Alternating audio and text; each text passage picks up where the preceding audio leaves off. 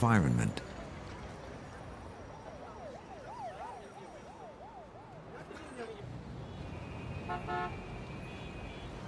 But modern civilization rests on the shoulders of a far more ancient time.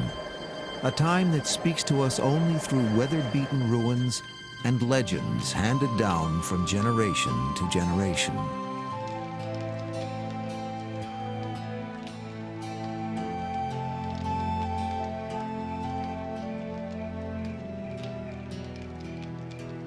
Following the evidence of these oral stories back to their roots turns the historian into an explorer. This is the Four Corners region of the American Southwest, given that name by the white man because 4 states meet here: Arizona, Utah, Colorado, and New Mexico.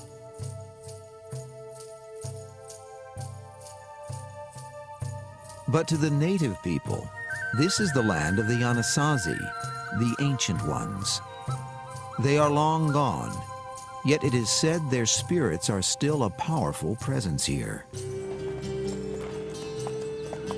In the fall of 1897, a rancher named Richard Wetherill was lured deep into this remote and barren land by a story about the Anasazi. His fascination with the Ancient Ones had begun 10 years before and hundreds of miles away. Looking for cattle which had strayed from a grazing herd, he had made a staggering find. The cliff dwellings at Mesa Verde in Colorado. These spectacular buildings and the artifacts they contained were concrete evidence of a highly accomplished civilization which had simply disappeared.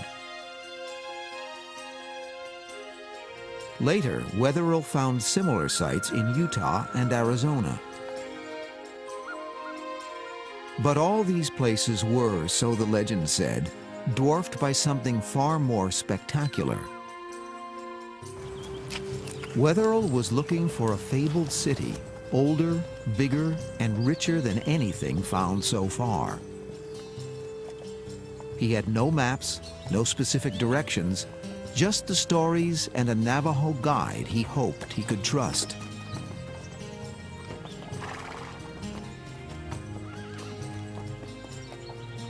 The deeper they traveled into the desert, the more challenging their quest became.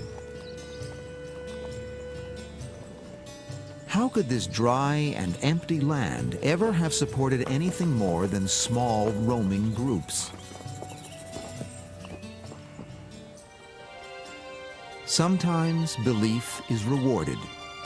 On an autumn afternoon in October 1897, Wetherill and his guide entered a deep canyon and stepped into the past. They had discovered an ancient hidden world.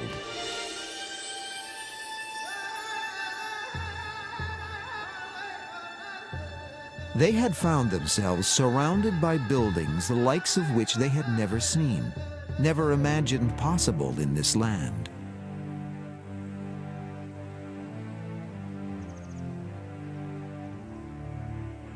Freestanding buildings, some as tall as 5 stories. One building alone, which became known as Pueblo Bonito, contained more than 650 rooms. 200 yards wide, but 15 miles long, Chaco Canyon is the site of a dozen massive complexes.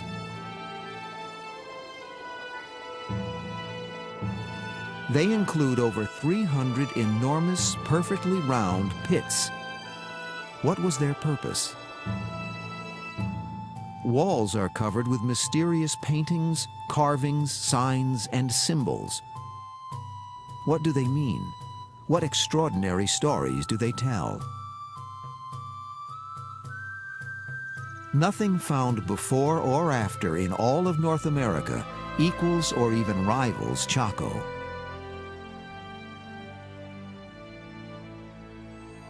Wetherill and the archaeologists who followed him were astounded and entranced by the pottery they found, the weapons, the tools, the jewelry, artifacts of every kind. They are abundant, and they are works of art. The Chacoan people clearly created one of the great cultures of the ancient Americas. They had a diverse society, many specializations such as pottery and basket weaving, ritual specialists. We already know enough about these people to know that one of the special things about the Chacoan phenomenon is that they created a brilliant civilization of art and all the things that go with it.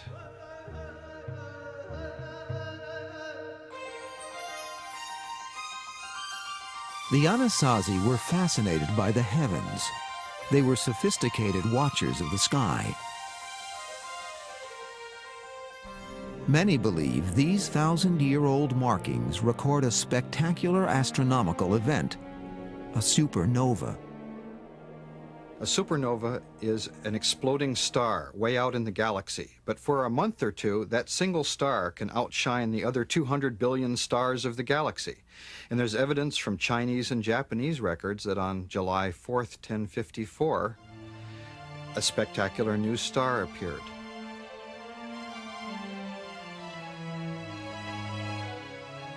The crescent moon indicates the supernova's position in the sky. The handprint marks it as a sacred site. What was the religious significance of the sky for these ancient people?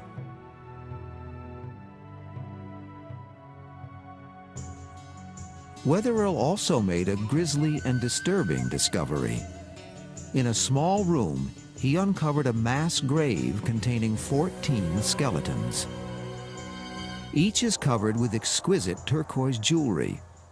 One of the figures is draped with more than 4,000 pieces of the semi-precious stone. He is almost certainly a man of high-ranking status.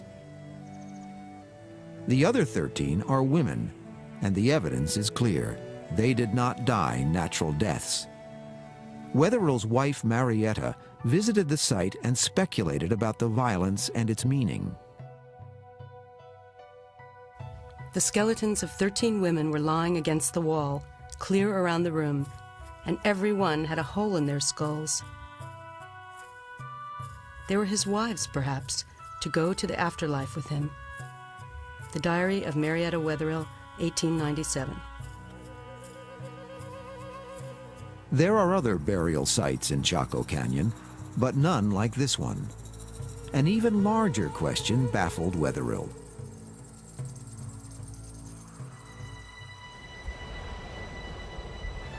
"20 million years ago, Chaco Canyon lay beneath a great inland sea. But when the water receded, only a dry and desolate desert remained." Mesopotamia, Egypt, a number of others, China. All of those are complex societies founded in a very arid region. But the key to those places is they have major river systems. We just don't have the water here. Water is critical. Without a great body of water to support it, how had this civilization flourished? Why did the ancient ones build here at all?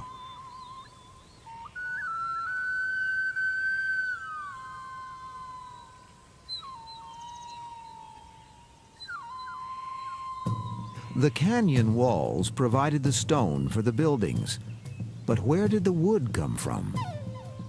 Archaeologists estimate construction required timber from 250,000 trees. But today, the landscape is totally barren.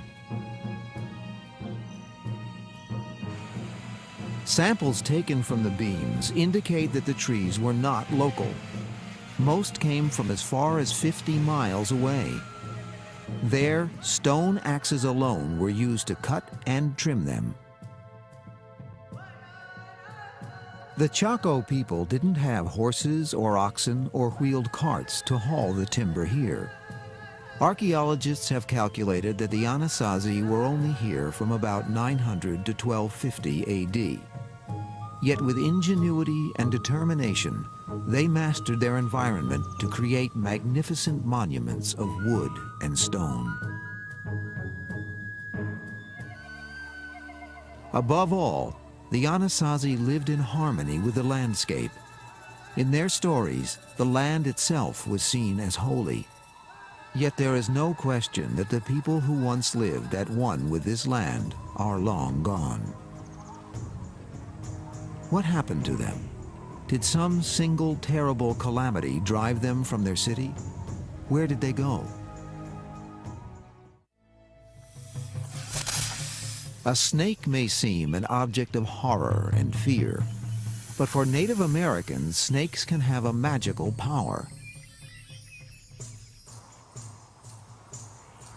In 1925, a photographer was permitted to enter a Hopi Indian settlement in northern Arizona.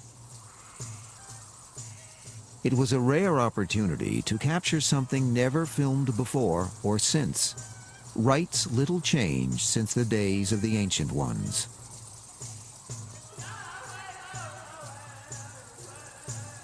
The dancers carry venomous snakes, which could easily twist and strike with deadly effect. While dancing with the snakes in their mouths, the Hopi affirm their oneness with nature and the earth. One line of dancers represent antelope, whose galloping feet produce a sound like thunder when a herd races across the land. But the clouds must be induced to release their rain. Because snakes spend their lives so close to the earth, they and they alone have the power to draw down the rain.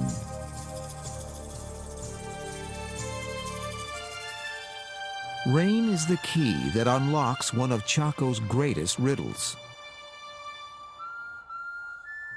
The Anasazi were a wandering people, nomads who lived off the land. Then 1,000 years ago, they stopped wandering and began building here in this parched and barren land. Why?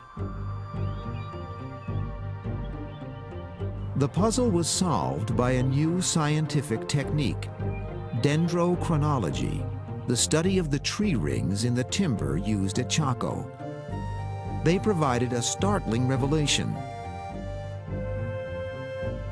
About 1,000 years ago, the weather changed. An era of record rains began.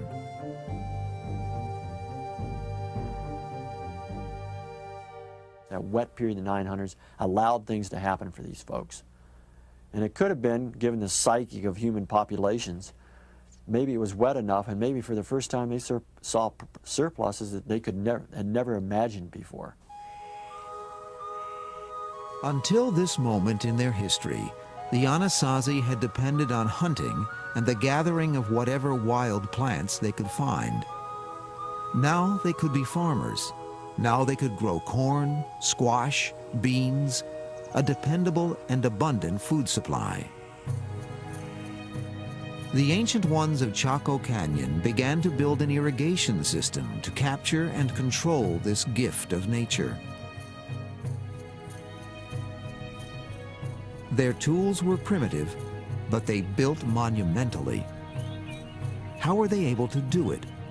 Perhaps the Anasazi drew on a resource more powerful than mere physical strength. One of the things that my grandma used to tell me in accomplishing major tasks is that a community has to be whole. Everything was done for the betterment of the community. They put their heart and soul into these projects. I feel that there was a lot of the spirits and the guidance from a higher being. There was such a high level of spirituality in Chaco at the time. It's really not difficult for me to believe that a lot of that had to do with the preciseness of these structures and their concept of time frame. That if it took a year to build a structure, then that's what it took. The Anasazi left no written records, only the haunted ruins, the cryptic imagery, and tales told by the old to the young. How reliable are these stories? It was an old legend about a magnificent city that had brought Wetherill here in the first place. And it was another that led archaeologists to an astounding discovery.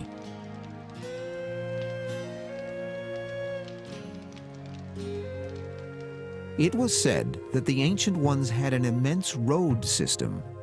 Archaeologists found nothing more than short, narrow paths, apparently a story exaggerated in the telling. Then, sophisticated new techniques of aerial observation allowed scientists to see beneath the surface. A vast network of roads, long obscured by sand and silt, suddenly appeared. We know that the canyon itself was the heart of a world that stretched out towards the four quarters, with long, straight ceremonial roadways that run out to so-called Chaco outliers, 30 or 40 miles away in many cases. But why were they so wide? Some were 40 feet across, as broad as a modern city street. Some were carved into the sheer vertical cliffs of the canyon.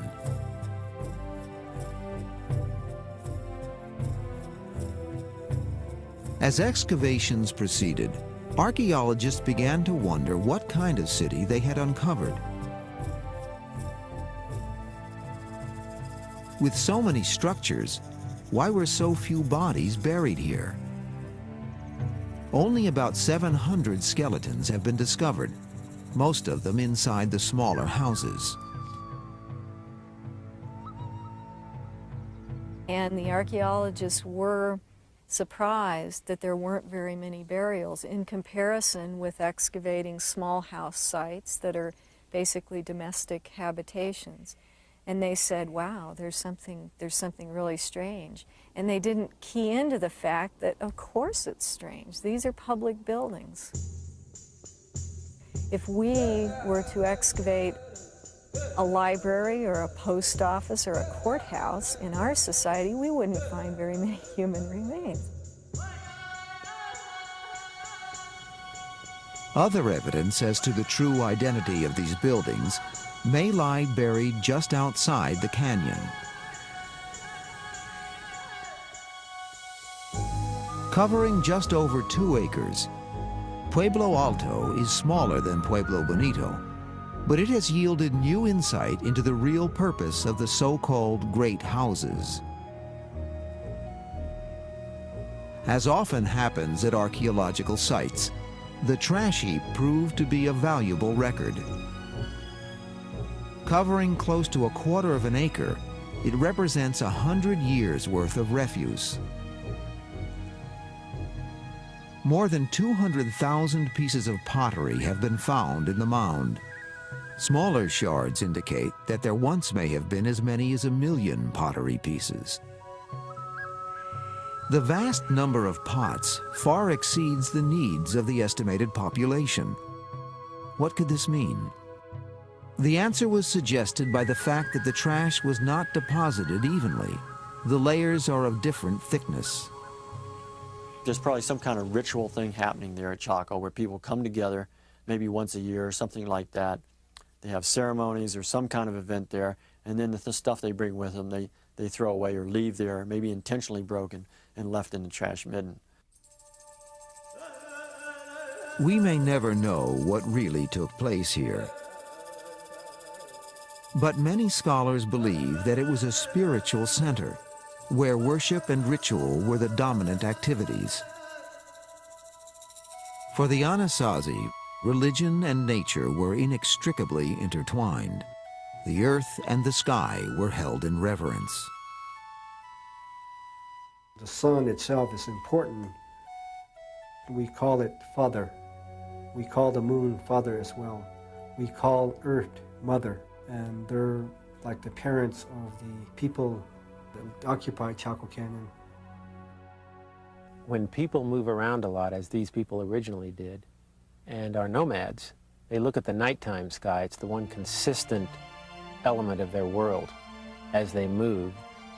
But when people settle down, as these people did, now you can watch the daytime sky, and you understand very quickly that cycle of the sun. which creates for you a yearly arena in which to play out your life, so that you can predict when to plant, you can predict when the light is going to almost leave the world and when it's going to return, so that you know everything is unfolding as it's supposed to.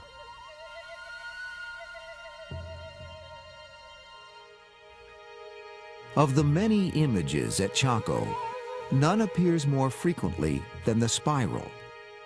Some are tightly coiled, others loosely drawn, but all seem to be essential elements of a profound system giving spiritual meaning to the physical world.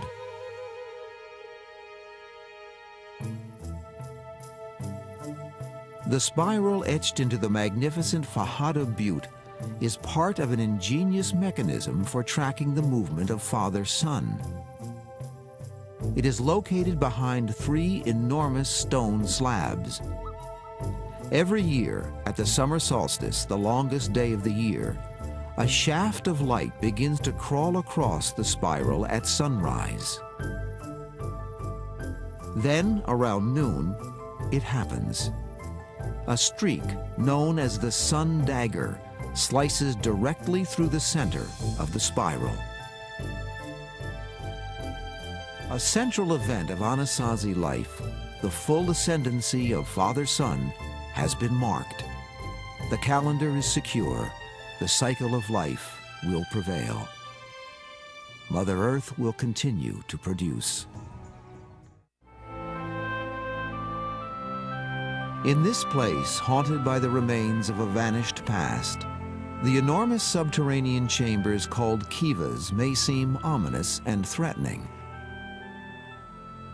But for the ancient ones, they were the place where the sky spoke to the people.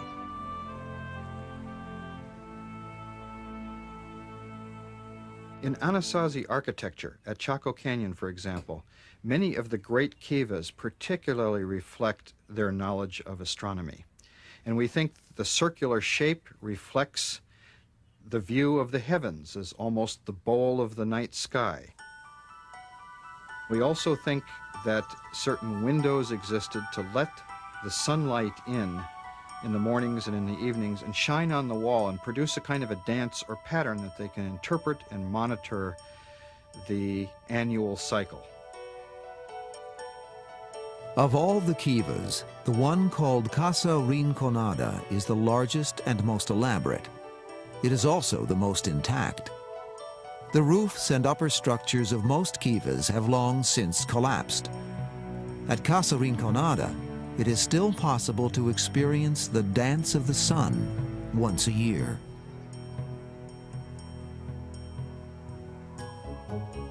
Here at sunrise on that longest day, June 21st, a magical moment occurs. It is an event that has played out on these silent stones for nearly 1,000 years. The dawn light pierces the kiva through a small window at the top, painting a golden rectangle on the wall opposite. Slowly, the shaft of light crawls along the stony face to illuminate one niche that receives no light at any other time of the year. You can imagine the darkened interior of this enclosed underground kiva, like a great silo, and the priests and other people waiting in the darkness for the dawn and the light of the midsummer sun shining through the window and illumining a niche that probably contains some image. I think we'll never know what it was.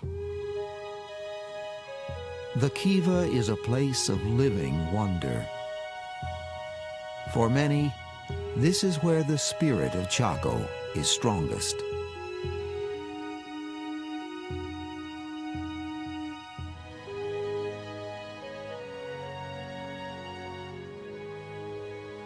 For 250 years, a civilization flourished here. But finally, a time came when the gods were angry.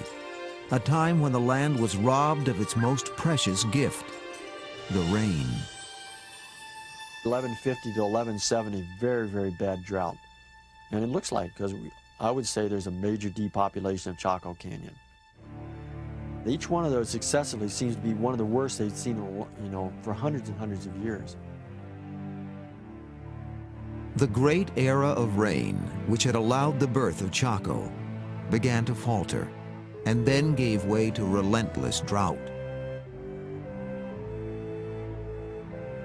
For people who believe themselves personally bound to nature, even drought must have meaning.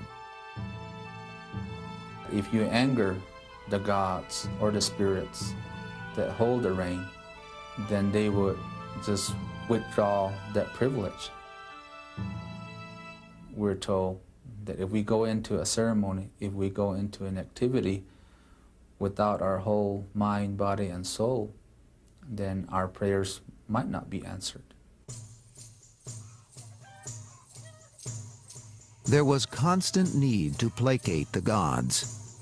Rituals passed down from ancient times, as captured in this rare film, suggest what may have happened. During this Hopi rain ceremony, the clans gather to compete in sacred games, much as the ancient Greeks held Olympics to honor their gods.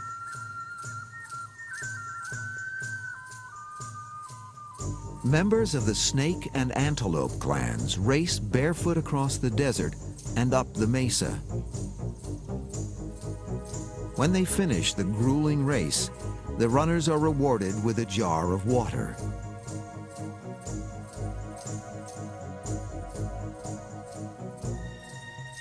It began as a holy rite, but as the years passed, did the people of Chaco develop too great a pride in winning?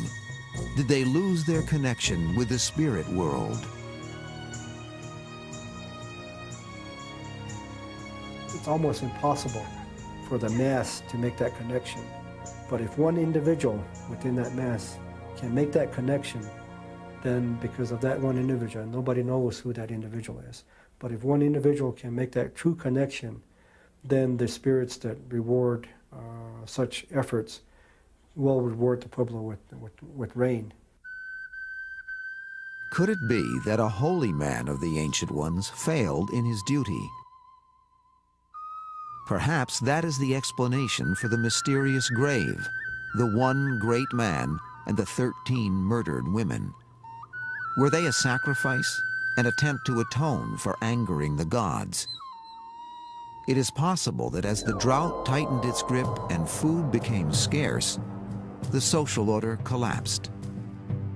Could this have precipitated murder? We know that some of the burials in the great houses, some of the people appear to have been killed, whether ritually or otherwise. They have their skulls are smashed and they have broken legs. The precise sequence of events is lost, but it is certain that the rains failed, the crops withered, and slowly over time, the people left Chaco Canyon. It could no longer sustain them. The Anasazi, the ancient ones, were forced to leave their paradise. But this was not the end of their story.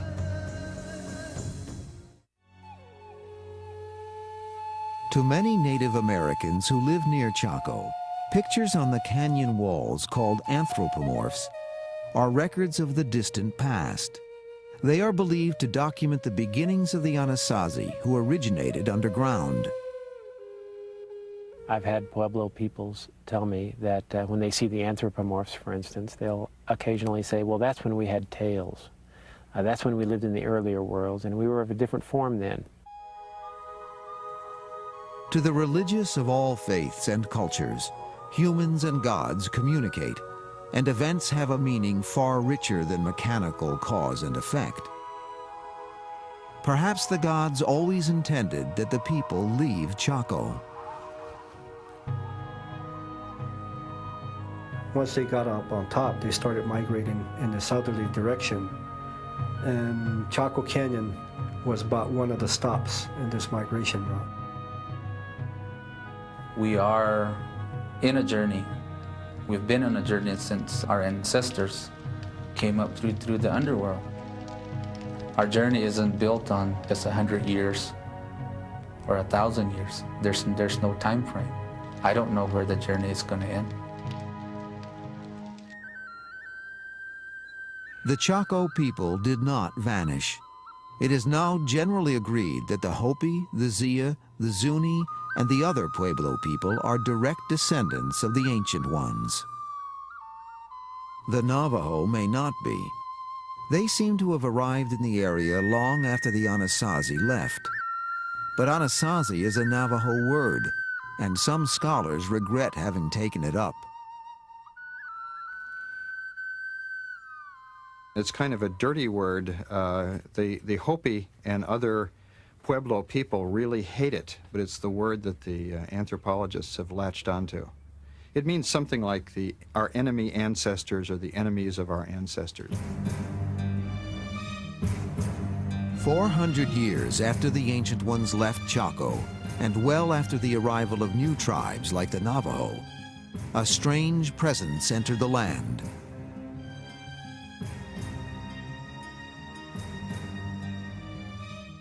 Pale men with beards riding large beasts never seen before. They were to prove very dangerous, far worse than intertribal rivalry or even cataclysmic drought. It was in 1540 that the first Europeans appeared. Ironically, they were drawn to the area by a legend of 7 fabulous cities filled with gold.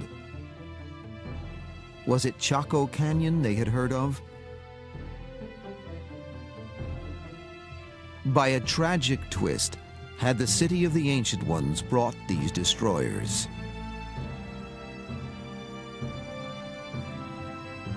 Treasure drew them, but also a burning zeal to save souls. The Indians were to be rescued from their pagan ways, by force, if necessary.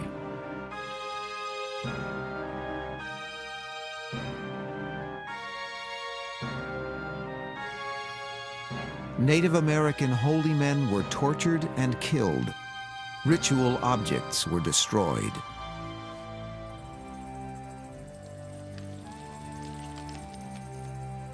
Native Americans were enslaved to build missions and to do other work for the white men.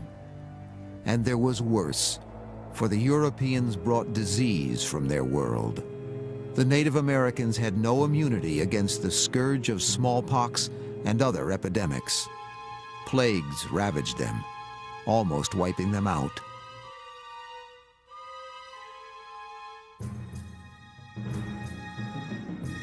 There were uprisings against the Europeans, but ultimately they failed. The great migration of the people from north to south was stopped.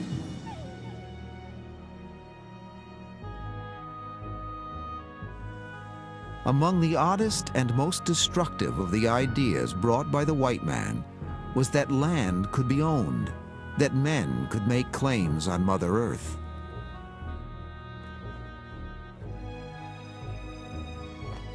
The authorities would impose new values and beliefs on every facet of Native American life. Their culture was suppressed. Their proud long hair was cut.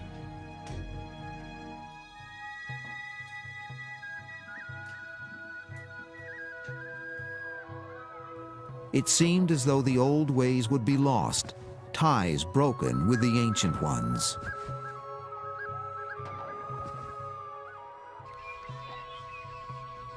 But it was not so. Often in secret, the rituals and the stories continued to be handed down. And Chaco Canyon remained, remote and enigmatic, a secret place haunted by the spirits of the Ancient Ones.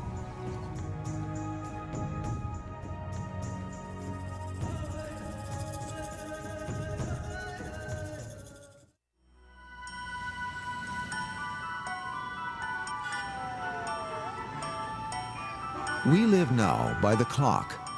Hours and minutes dominate, not the position of the sun and the stars.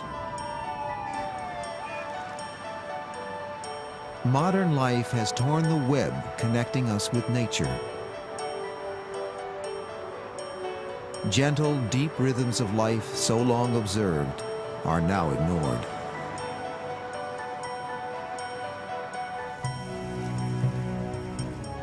But Native American tradition has always maintained the connection with nature. If you're going to go hunting, you have hunting spirits. If you're dancing for rain, you have spirits that assist you in making those things happen. If you're going to compose a song, it's not something that you as an individual were able to compose. It's the spirits giving you the ideas to be able to compose the song. For the descendants of the Anasazi, Chaco Canyon is a place where that timeless connection with nature endures. For modern scientists, on the other hand, Chaco Canyon remains an intriguing detective story. Why were its roads 40 feet wide? How was the timber from 250,000 trees brought here by people lacking horses or oxen or carts? What is the meaning of the sacrifice of the 13 women? Why is there so much evidence of violence in what otherwise seems to have been a peaceful world? The search for answers to these and other historical puzzles requires the digging up of graves and other sacred sites. But for many Native Americans, this is sacrilege.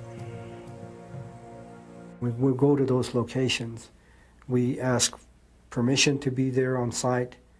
We ask for forgiveness of those people that have gone before us and have excavated the site. Then we ask the spirits to continue to be the givers of good and to be the givers of life. This spot may have significance that's beyond our understanding. It might have had to do with one group of people comes here and something good happens to them, and then this place retains a value that's beyond what it does. The value doesn't preserve in the dirt, you might say. We can't dig it up and say, oh, they're here because of this. Should Chaco be treated as an archaeological site or a place of living worship?